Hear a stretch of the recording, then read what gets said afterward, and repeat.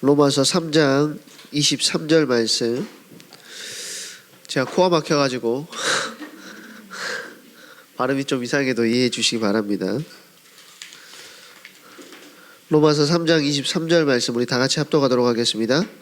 모든 사람이 죄를 범하였음에 하나님의 영광에 이르지 못하더니. 아멘.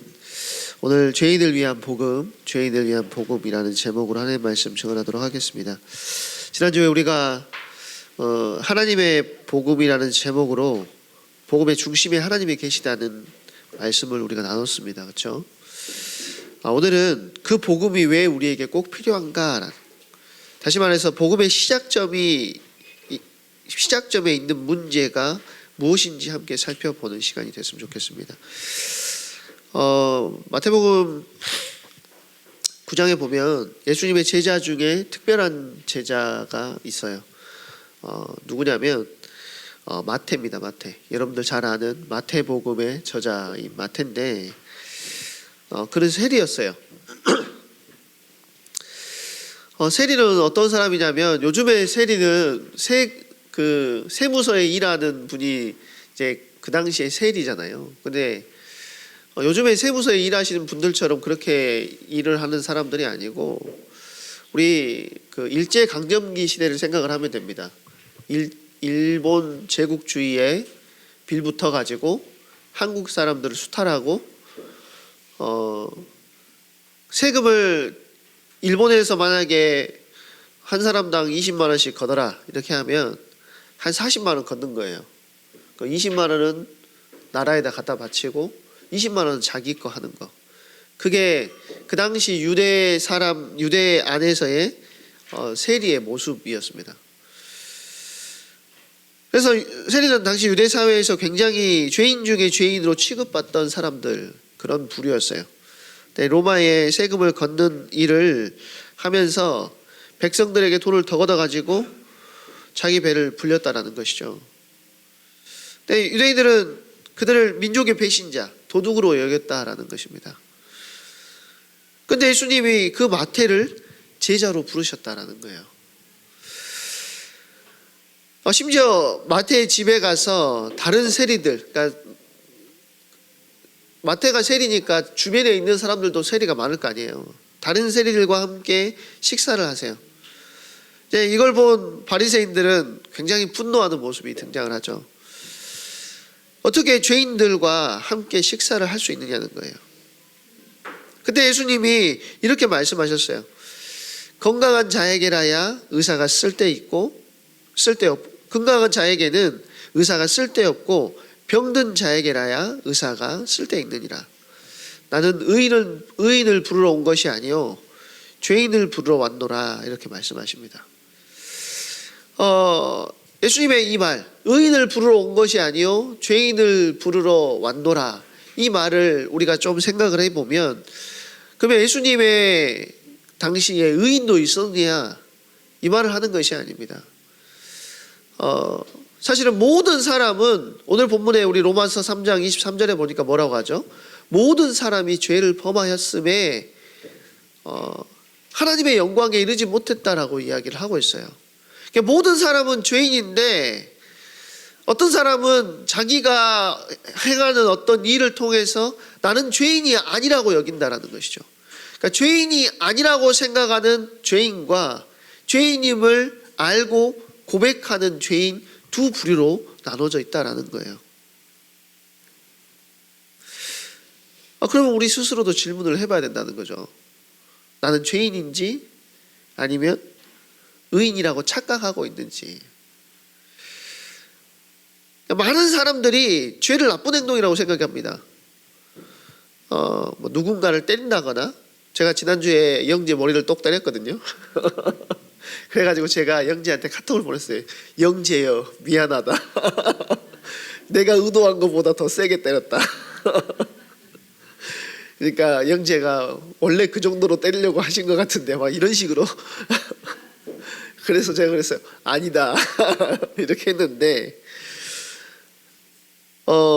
누군가를 때린다든지 거짓말을 한다든지 법을 어긴다든지 하는 다른 사람들에게 피해 주는 거, 그거를 죄로 생각을 합니다.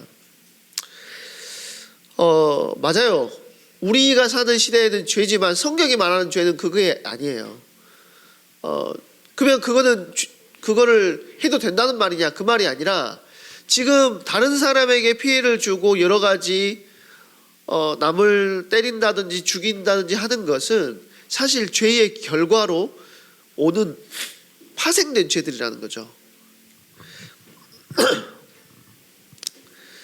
그것은 죄의 흔적이고 증상일 뿐이고, 성경이 말하는 죄의 본질은 하나님과 인간과의 관계가 깨어진 것이에요.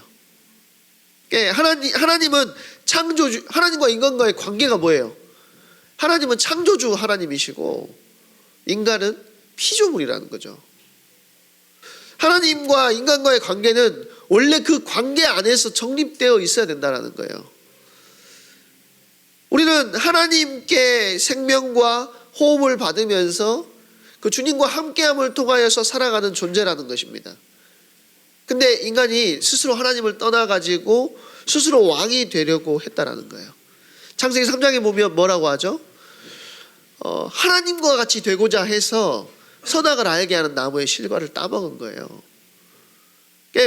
사단이, 마귀가, 그 뱀이 하와에게 뭐라고 하죠? 너희도 하나님과 같이 될 줄을 하나님이 아심이라. 그러니까 인간 안에 있는 어떤 마음이요? 교만이, 하나님과 같이 되고자 하는 교만이 그 선악을 알게 하는 나무의 열매를 따먹게 했고 하나님께로부터 완전히 벗어나게 만들었다는 것이죠. 그러니까 내 인생은 내 거야, 내가 결정할 거야 라는, 요즘에 다들 그렇게 이야기하지 않습니까? 네 인생은 네 거야, 네가 결정해. 굉장히 멋있어 보이는 말이지만 사실 그것이 창세기 3장의 핵심 문구라는 거예요. 네 인생은 네 거고 네가 결정하는 거고 네가 원하는 대로 하는 것이 네 인생의 주인 너야 라고 이야기하는 것이 바로 창세기 3장의 문제라는 겁니다. 이것이 바로 죄라는 거예요. 로마서 1장 21절에 바울은 이렇게 말하죠. 하나님을 알되 하나님을 영화롭게도 아니하며 감사하지도 아니하고. 그러니까 하나님을 내 안에서 밀어내고 내가 그 자리를 차지하는 것이라는 거죠. 그러니까 사람들은 하나님 대신 돈, 성공, 사람들의 인정, 자기 자신을 그 자리에 세우게 된다는 거예요. 그게 바로 뭐냐? 우상숭배라는 겁니다. 우상숭배. 우상숭배가 멀리 있는 게 아니라는 거죠. 옛날에 과거에 어떤 형상을 만들어 놓고 절하는 것만 우상숭배가 아니라는 거예요. 하나님을 대체한 모든 것들이 죄의 본질이라는 것입니다. 그 죄의 결과는 어떻게 오게 됐죠? 하나님의 진노로 찾아오게 됐어요. 그래서 하나님은 거룩하시고 의로우신 분이시기 때문에 죄를 그냥 보고도 모른 척 지나가지 않으세요. 눈을 감고 있는 친구들을 그냥 모른 척 지나가지 않으신다. 저는 모른 척 지나갈 수 있어요. 그래, 피곤하겠구나. 그렇지만 우리 주님은 모른 척 지나가지 않으신다. 죄를. 왜냐하면 하나님 그분 자체가 거룩하시고 의로우신 분이시기 때문에. 그래서 로마서 1장 24절에서 이렇게 말합니다. 하나님께서 그들을 마음의 정욕대로 내버려 두사, 모른 척 지나가지 않으시는 분이 하나님이신데 그들을 마음의 정욕대로 내버려 두셨대요. 그러니까 하나님께서 사람을 그냥 내버려 두신다는 것은 굉장히 무서운 심판이라는 겁니다. 하나님이 간섭하지 않으시면 인간은 자기 욕망대로 살다가 스스로 무너지는 거거든요. 제가 제 마음대로 하고 살다가 그 하나님의 간섭을 심하게 느끼는 경우들이 있었어요. 막 이불 치고 이불 막 발로 차면서 나 좀 가만히 냅두라고. 하나님이 계속 간섭하시는 게 느껴지는 거예요. 제 인생 가운데. 여러분도 여러분의 인생 가운데 하나님께서 간섭하시고 개입하시는 것이 가장 큰 축복이라는 사실을 알아야 됩니다.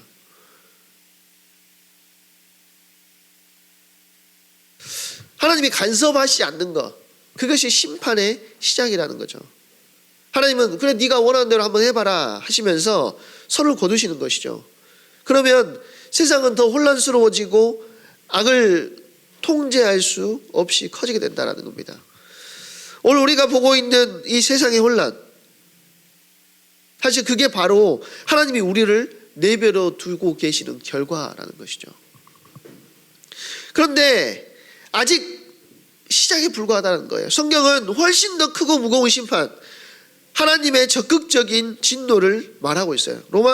요한계시록 6장 17절에 보니까 이렇게 말합니다. 그들의 진노에 큰 날이 이르렀으니 누가 능히 서리요. 자, 그날에는 누구도 자신을 변명할 수 없고 왕도 부자도 똑똑한 사람도 아무도 예외할 수 없다라는 것입니다. 하나님의 공의는 완전하기 때문에 모든 죄는 심판받게 된다는 것이죠. 오늘날 세상은 끊임없이 이렇게 이야기하죠. 네 잘못이 아니야. 이렇게 이야기합니다. 야, 환경이 나를 이렇게 만들었어. 부모 탓이야. 사회 탓이야. 시대가 문제야. 이렇게 말합니다. 그리고 사람들은 뭘 극도로 싫어하냐면 자기 안에 죄가 들어있다라는 사실을 극도로 싫어해요. 그래서 모든 책임을 외부로 돌립니다. 그게 바로 오늘날의 문화라는 것이죠. 제가 어떤 영화, 갑자기 영화 제목이 생각이 안 나는데, 그 청소부하는 천재, 그 무슨 영화죠? 아무튼 그 천재인데 청소부예요. 대학에서 청소를 하다가 교수님이 내준 엄청 어려운 문제를 그냥 풀고 가요. 그래가지고 이제 교수님하고 이제 막 이야기하면서 그 길을 걸어가는데 이제 심리 상담가가 그 친구를 안아주면서 영어 발음이 안 좋지만 이해해 주세요. Not your fault 이렇게 이야기합니다. 네 잘못이 아니야. 네 잘못이 아니야. 그게 굉장히 좋아 보이고 그것이 맞는 것처럼 보이지만 성경은 뭐라고 이야기하냐면 네 잘못이야 라고 이야기해요. 네 잘못이야. 세상은 뭐라고 이야기합니까? SNS의 짧은 문장들에도 똑같이 말해요. 너는 충분히 괜찮은 사람이야. 너는 피해자고 상처받은 건 네 탓이 아니고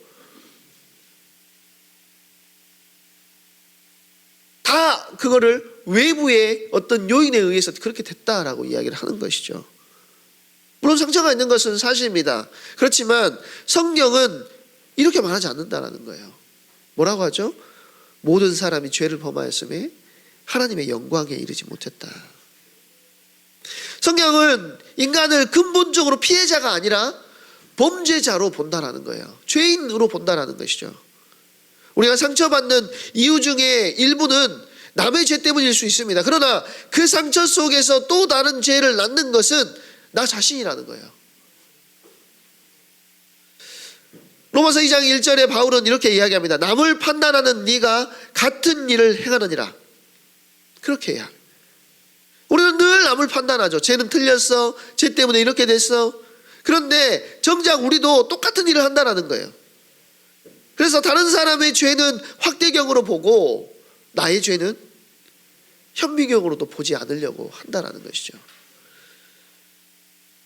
예수님께서 이런 말씀도 하셨죠. 누가복음 13장 3절에 보니까 너희도 회개하지 아니하면 다 이와 같이 망하리라. 이 말씀은 남이 아니라 너 자신을 봐야 된다는 거예요. 나를 봐야 된다. 다른 사람의 죄 때문에 우리가 불행한 것이 아니라 내 안의 죄 때문에 하나님과 멀어진 것이 진짜 문제라는 거예요. 성경은 책임 전가의 시작이 어디서부터 비롯됐는지를 우리에게 보여줘요. 창세기 3장에 보면 아담은 죄를 짓고 하나님께 이렇게 말하죠. 하나님이 주셔서 나와 함께 있게 하신 그 여자, 그가 내게 줌으로 내가 먹었나이다. 하나 더 말하죠. 뱀이 나를 꿰므로 내가 먹었나이다. 죄의 본질에는 뭐가 있느냐? 자기 합리화가 있다라는 거예요. 내 잘못이 아니라 저 사람 때문이에요. 이것이 바로 타락한 인간의 본성이라는 것입니다. 세상은 자기 책임을 외면하고 회피하게 만들어요. 너는 괜찮아. 너는 피해자야. 이 말은 달콤하지만 이 말은 이게 뭐가 문제냐면 회개할 필요가 없는 인간을 만드는 거예요. 그리고 복음의 필요를 느끼지 못하게 만드는 거. 나는 내 잘못이 아니라는 거죠. 그리고 내 잘못이 아니니까 뭘 할 수 없어요? 회개할 수 없는 겁니다. 내 잘못이 아니니까 뭐가 필요 없어요? 복음이 필요 없는 거예요. 하지만 성경은 우리에게 이렇게 외칩니다. 마태복음 4장 17절에 보니까요. 회개하라 천국이 가까웠느니라. 그러니까 복음은 책임 회피의 반대 방향으로 우리를 이끈다는 거예요. 복음은 뭐라고 하죠? 내가 죄인입니다. 내가 죄인임을 인정하는 자에게 하나님의 복음이 필요하다라고 이야기한다는 거예요. 내가 죄인임을 고백하는 순간부터 복음은 시작된다라는 것이죠. 죄인은 죄를 지어서 죄인이 아니라 죄인이기 때문에 죄를 짓는 거예요. 로마서 3장 10절은요. 의인은 없나니 하나도 없으며.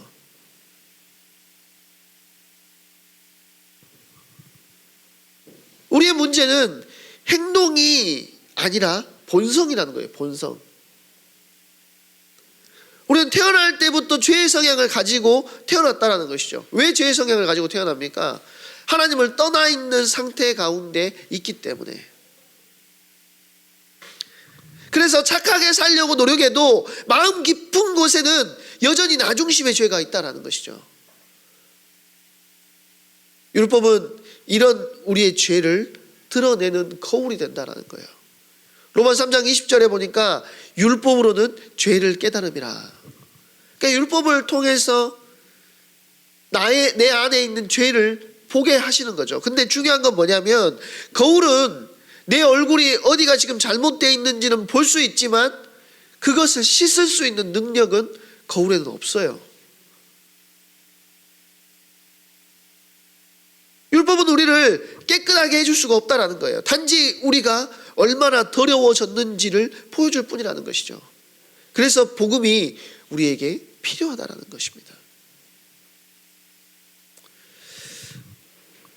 복음은 도덕적인 조언이나 위로가 아니라 죄인을 구원하기 위한 하나님의 능력이라는 사실을 우리가 기억해야 됩니다. 심리학도 필요하고요. 저는 그거 다 무시하는 게 아닙니다. 네가 네 잘못이 아니야 이거 하는 거 다 무시하는 게 아니에요. 심리학도 필요하고 다 필요합니다. 그러나 근본에 우리 개인의 문제를 들여다봤을 때는 우리는 죄인이라는 사실을 기억하는 것이 중요하다는 거죠. 하나님은 우리를 사랑하셨지만 그 사랑은요 결코 공의를 무시하지 않으십니다. 그래서 하나님은 그분의 아들 예수 그리스도를 우리 가운데 보내셔서 우리 대신 하나님의 진노를 받게 하셨어요. 예를 들어서 영재가 저에게 뭔 죄를 졌다고 생각해 봅시다. 제가 영재를 고등부의 회장으로서 사랑하는 마음이 있으니까 그냥 용서해 줄 수 있어요. 근데 하나님은 공의의 하나님이시기 때문에 그렇게가 안 되신다는 거죠. 그렇기 때문에 어떻게 하시는 겁니까? 예수 그리스도를 보내셔서 우리 대신 하나님의 진노를 받게 하셨다는 거예요.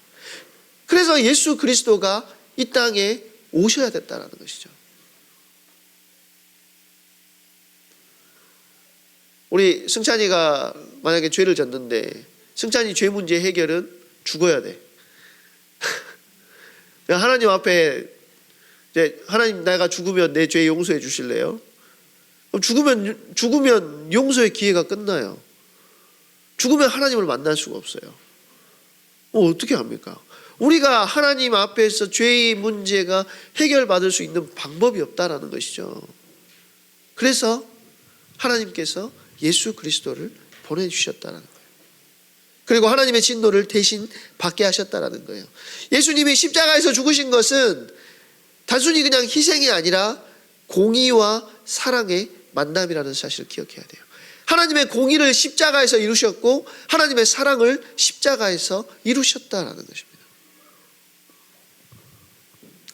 하나님의 진노가 예수님께 쏟아졌고 그 결과로 우리는 은혜로 의롭다 하심을 받은 존재가 되었다는 사실을 우리가 기억해야 됩니다.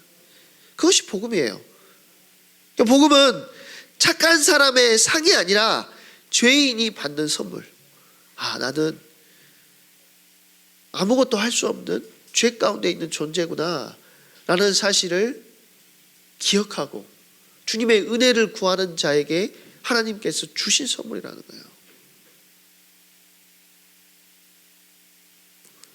우리 고등부의 모든 지체들이 이 죄 가운데 있는 세상의 영적 상태를 볼 수 있는 은혜가 있어야 됩니다.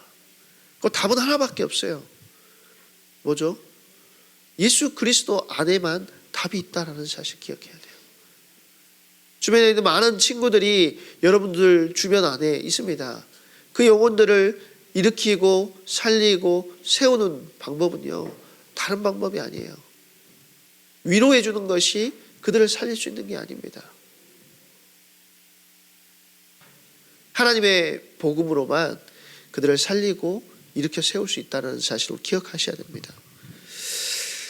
그 자리에 우리 고등부의 모든 학생들이 서게 되는 은혜가 있으시길 바랍니다. 우리 이 시간에 같이 찬양했으면 좋겠습니다. 십자가 그 사랑이라는 찬양인데요.